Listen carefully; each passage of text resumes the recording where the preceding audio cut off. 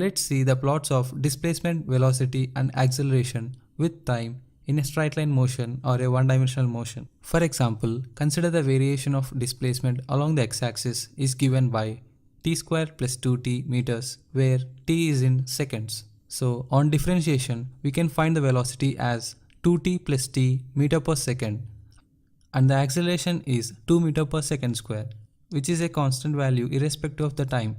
Now the displacement versus time graph can be plotted by using few intermediate points. And we know that the variation of x with respect to the time is parabolic as per the equation.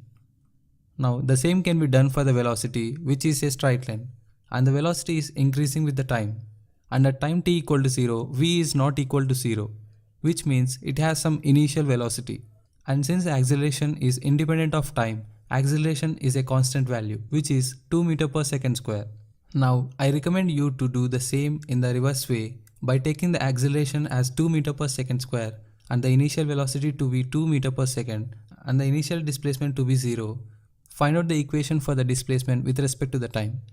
You can do it by using integration, which is just the opposite of differentiation. There are few key points to be noted while drawing displacement time graphs. Here in this plot, I have 3 curves and all of them are possible curves. But if you consider a graph like this, then it is not possible. Can you say why?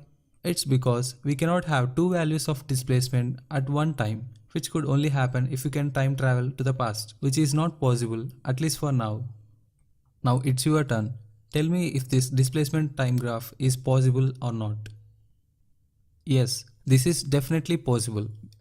If you consider the case of spring and mass system, then at mean position, x is equal to 0 and the body moves back and forth with an amplitude a. If you take the positive x-axis towards the right side, then the displacement towards the left side will be negative value. So this will result in a negative displacement of amplitude a.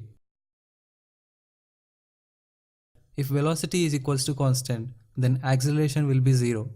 And if velocity is increasing, acceleration will be a positive value. And if velocity is decreasing, then acceleration will be a negative value. This negative acceleration is also called as retardation. And this is where generally people get confused about the direction. So in order to be clear, consider a body of velocity 2 meter per second initially. And after 1 second, the velocity is 1 meter per second.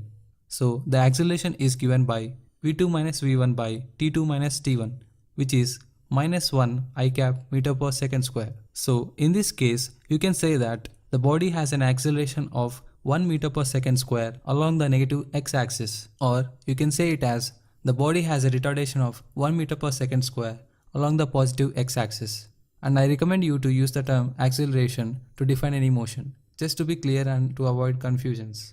So please take a look at the summary and the practice problems.